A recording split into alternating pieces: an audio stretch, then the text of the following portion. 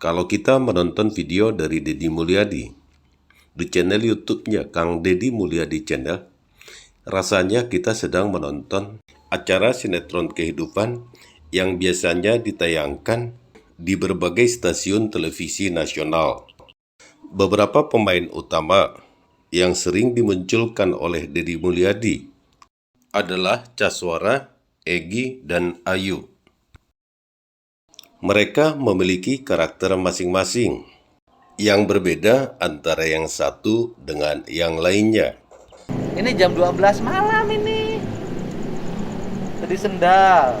Di dia cicingna di Rawarako di mana? Di eta di kebun aya saung. Cicing di saung. Oh. Cicing di saung. Lain di imah lain. Tinggalnya di saung kebon. Aduh. Jam 12 malam nih anak masih. Dia menenteng plastik dan kertas yang dipungutnya dari jalanan. Dia menjadi tukang rongsok di usianya yang masih sangat muda demi memperjuangkan hidupnya sendiri. Deddy Mulyadi mengajak anak kecil itu berbicara dan berdiskusi. Lalu dia menceritakan kepada Deddy Mulyadi kalau dia sedang mencari abahnya yang juga berprofesi sebagai tukang rongsok di jalanan dan terbiasa mencari rongsokan di tengah malam. Lalu Deddy Mulyadi mengajak anak itu ke mobilnya, kemudian membawa anak itu pulang ke tempat tinggalnya. Di dalam perjalanan, Deddy Mulyadi terlihat terharu, sampai-sampai ingin meneteskan air mata. Sedih banget. Berat banget. Gak punya ibu.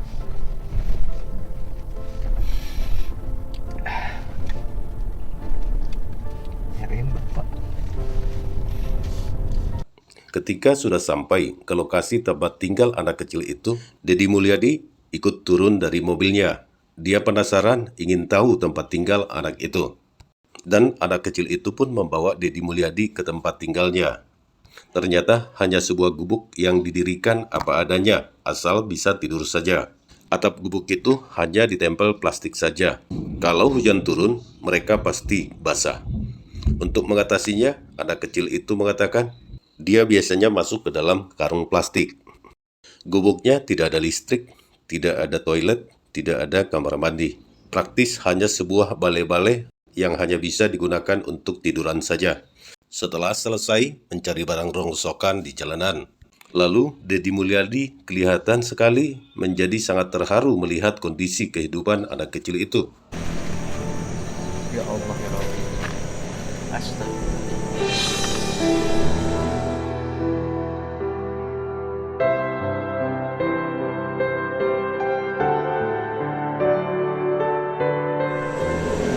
Kamu di sini tidur? Iya. Mandinya di mana? Mandi di sana tuh ada sumur. Ini. Di sana tuh. Minum kamu di mana di sini? Dia minta airnya masak. Mana? Tempat masaknya mana? Ini bekas makan tadi.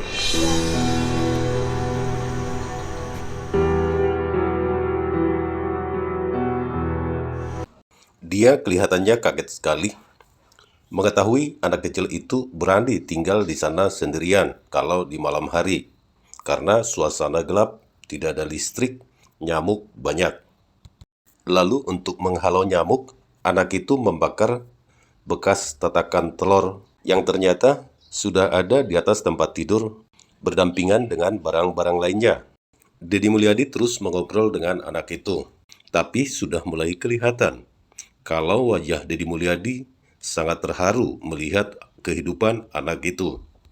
Maka Deddy Mulyadi menawarkan untuk mengajak anak itu untuk menginap di tempatnya.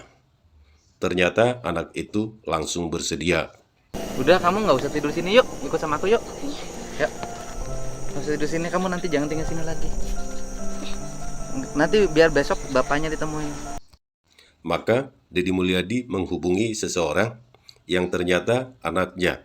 Dia memberitahu kepada anaknya itu agar siap-siap karena Deddy Mulyadi akan membawa seorang anak kecil untuk menginap di sana. Maka Deddy Mulyadi mengajak anak itu berangkat ke tempat anaknya. Mereka naik mobil. Di dalam mobil terlihat sekali kalau Deddy Mulyadi ingin menangis. Dia sangat terharu melihat kehidupan anak itu. Di tengah jalan, Deddy Mulyadi bertanya tentang banyak hal kepada anak itu. Beberapa kali dia mengatakan anak itu pintar, juga berani. Nggak ada rasa takut dalam dirinya, luar biasa. Dia terlatih oleh alam. Dan baik anaknya.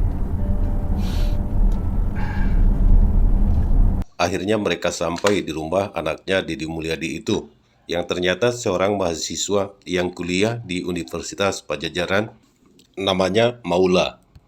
Tetapi tidak dijelaskan di jurusan apa anaknya itu. Ketika duduk di sofa di rumah anaknya itu, Deddy Mulyadi memberitahu kondisi anak itu kepada anaknya yang tinggal di rumah itu. Lalu Maula mengusap-usap punggung Caswara.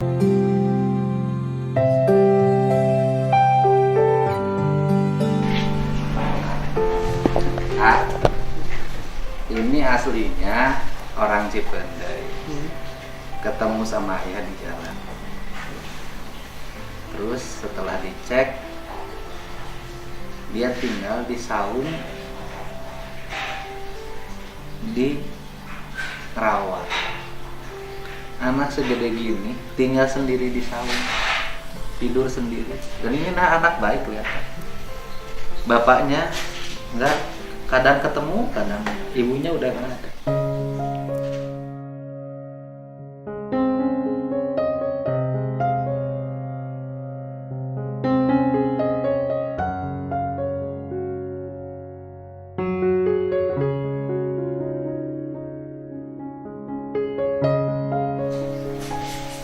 Sama di sini. Anaknya baik kan. Bahasa Indonesianya lancar, sikapnya sangat beradab. Nggak pernah sekolah, nanti suruh sekolah.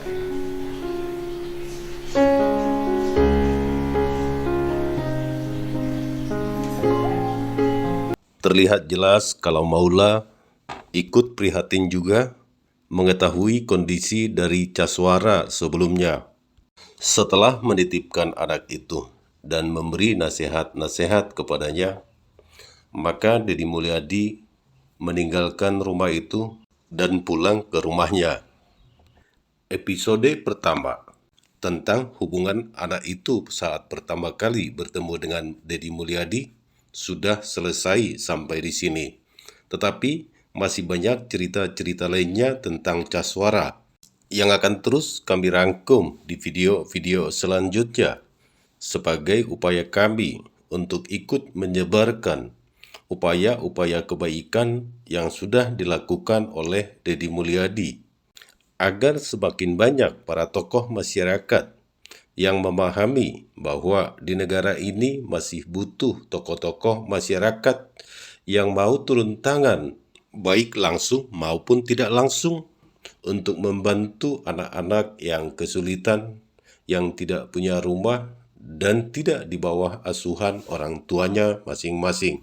Mereka berkeliaran di jalanan, tidak tentu arah, hanya untuk menyelamatkan kehidupannya masing-masing. Mereka butuh makan, mau tidak mau mereka harus bekerja dengan cara mencari barang-barang rongsokan di jalanan.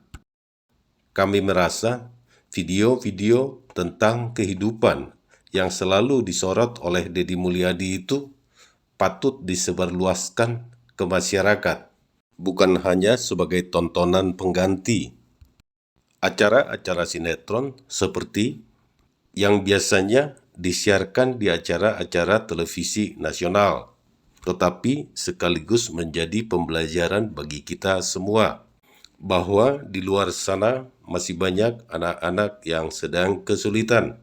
Mereka membutuhkan pertolongan dari orang-orang seperti Deddy Mulyadi, tokoh masyarakat dari Purwakarta.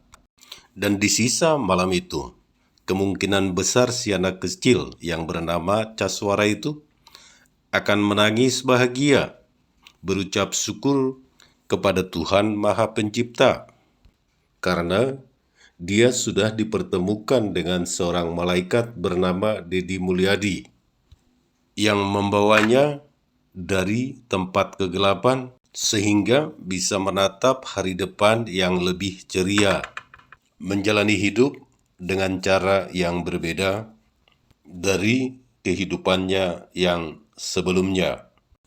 Di tempat lain di sisa malam itu juga, Deddy Mulyadi, sang penyelamat si anak kecil, akan tidur dengan nyenyak ditemani mimpi indah karena malaikat-malaikat menyanyi dan berdendang ria menghibur Deddy Mulyadi yang selalu meneteskan air mata bahagia karena dia telah melaksanakan tugasnya yang mulia.